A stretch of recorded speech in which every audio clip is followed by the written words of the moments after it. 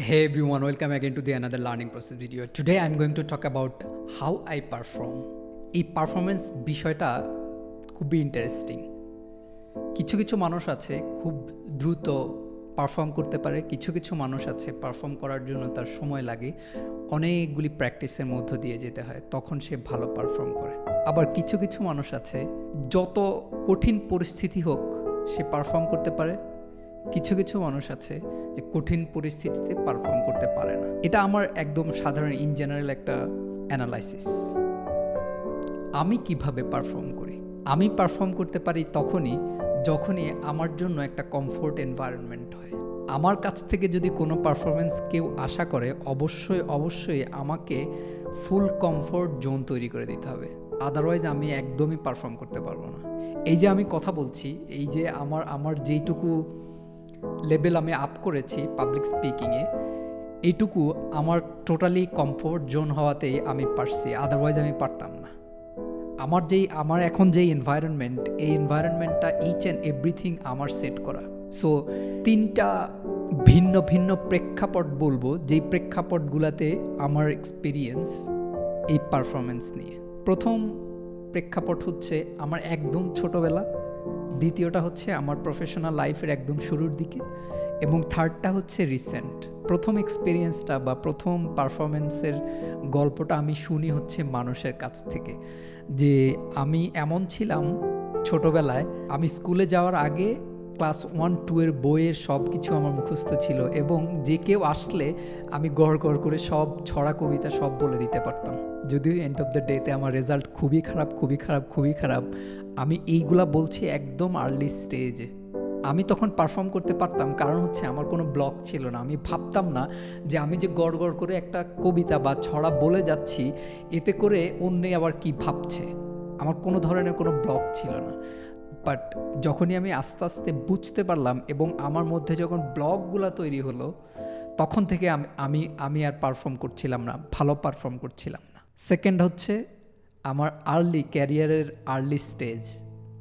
Early স্টেজে আমি যখন ঢাকায় আসলাম, তখন আমি সামহাও একটা নাটকের দলে যোগ দিলাম। নাটকের দলে আমি যখন যোগ দিয়েছি, তখন আমাদের একটা গ্রুপ ছিল 40 জনের মতো।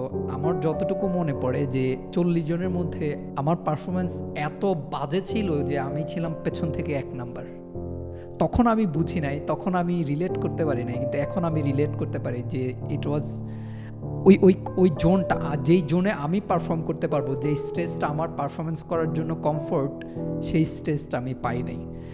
এখানে আরেকটা খুবই ইম্পর্ট্যান্ট কথা বলে রাখা দরকার, যে এর জন্য কাউকে কোনো ব্লেম করা যাবে না, কারণ কেউ কোনো আমার সাথে এমন কোনো চুক্তিকারও ছিল না যে আমার জন্য বেস্ট পারফরমেন্স স্টেজটা করে রাখবে। এরকম চুক্তি কিন্তু আমার সাথে কারোর সাথে নাই।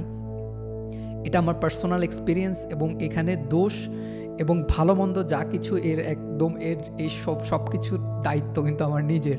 এখানে কাউকে ভালো মন্দ কোনো কিছু বলা যাবে না। সো আমি ওইখানে সবচেয়ে খারাপ ছিলাম। এর কারণ ছিল যে আমার যখন স্রোতের বিপরীতে আমি পারফর্ম করতে পারি না। আমার কাছ থেকে যদি আমার বেস্টটা বের করতে হয়, তাহলে আমার জন্য ফুল কমফোর্ট একটা জোন তৈরি করতে হবে। ফুল কমফোর্ট জোন যদি তৈরি করা যায়, তখন আমি পারফর্ম করতে পারি। আমি ওইখানে সবচেয়ে খারাপ ছিলাম এই কারণেই যে আমার জন্য যেই জোনটা আমার প্রয়োজন, সেই জোনটা আমি পাই নাই। ইট ডাজন্ট মিন যে আমি ভালো পারফর্ম করতে পারবো না।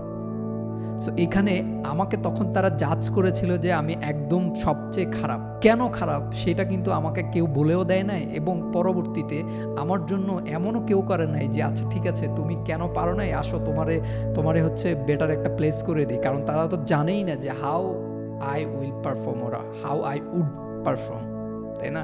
আমার পারফরমেন্সের যেই ওই জোন অথবা ওই ফিলিংস, ওই পরিবেশ, এই সব কিছু কিন্তু আমি ফিল করতে পেরেছিলাম, অথবা তখন আমি ফিলও করি নাই যে কেন আমার হচ্ছে না। এখন আমি ফিল করি যে কেন হয় নাই। সো কেউ যদি কোনো একটা পার্টিকুলার জায়গায় পারফর্ম ভালো না করে, তার মানে এই না যে সে কোনো জায়গায় পারফর্ম করতে পারবে না। এখন আসি শেষটা হচ্ছে আমার ভেরি রিসেন্ট এক্সপিরিয়েন্স।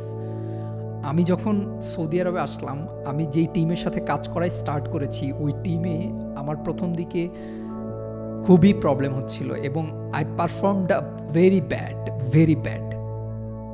আমার পারফরমেন্স লেভেল খুবই খারাপ ছিল। এর একটা কারণ ছিল যে শুরুর দিকে আমার যেই পরিবেশে আমি কাজ করছিলাম, ওই পরিবেশটাতে আমি খাপ খাইয়ে নিতে পারি নাই এবং সামহাও আমার যে ম্যানেজার ছিল সে আমার সাথে যেই ট্রিটমেন্টের মধ্য দিয়েই গিয়েছে, সেটা হয়তো আমারই ল্যাক যে আমি তার সাথে ম্যাচ করতে পারি নাই। এবং আমি যেখানে বললাম যে নাটকে গিয়ে আমি খারাপ করছি, আমার এটা এমন না যে ওদের সমস্যা, এটা হয়তো আমারই ল্যাক ছিল যে আমি ওই লেভেলে রিচ করতে পারি নাই, যে লেভেলে ওকে স্বভাব বিরুদ্ধ যাই হোক I will perform well. I did very bad when I came here at the beginning. But eventually যখন আমি কমফোর্ট ফিল করা শুরু করেছি, তখন কিন্তু আমি ঠিকই পারফর্ম করা স্টার্ট করেছি। যদি স্বভাব বিরুদ্ধ পরিবেশে আমরা কেউ পারফর্ম করতে পারি, দ্যাটস গ্রেট যে পারি। আর যারা পারি না তাদেরকে যেটা করতে হবে, এই কমফোর্ট জোনটা অন্য কেউ তৈরি করে দিবে না, এই নিজের কমফোর্ট জোনটা নিজেই তৈরি করতে হবে বেটার পারফর্ম করার জন্য। আমি যেমন এই যে আমার পরিবেশ, আমার সব কিছু আমি নিজেই তৈরি করেছি আমি ভালো পারফর্ম করার জন্য। আমার কোনো ধরনের কোনো ব্লক নাই, কোনো ধরনের কোনো নেগেটিভ থট নাই, কোনো ধরনের কোনো not a single issues that আমি হচ্ছে ডিস্টার্ব ফিল করি। আমি 100% আমার যা সেই সবটুকু দিয়ে আমি এখন কথা বলার চেষ্টা করছি। হ্যাঁ, এটা হয়তো আমার এখন অনেক লেভেল হিসেব করলে এটা একদম বিগিনিংয়ে, এটা আস্তে আস্তে আপ হবে। এটা আমি আস্তে আস্তে পারফর্ম করতে এই লেভেলটা আরও অনেক আপ হবে। বাট আমার কোনো ব্লক নাই এখন। So this is it. Thank you so much for watching my video and please don't forget to subscribe my channel. I am trying my best to connect with you guys.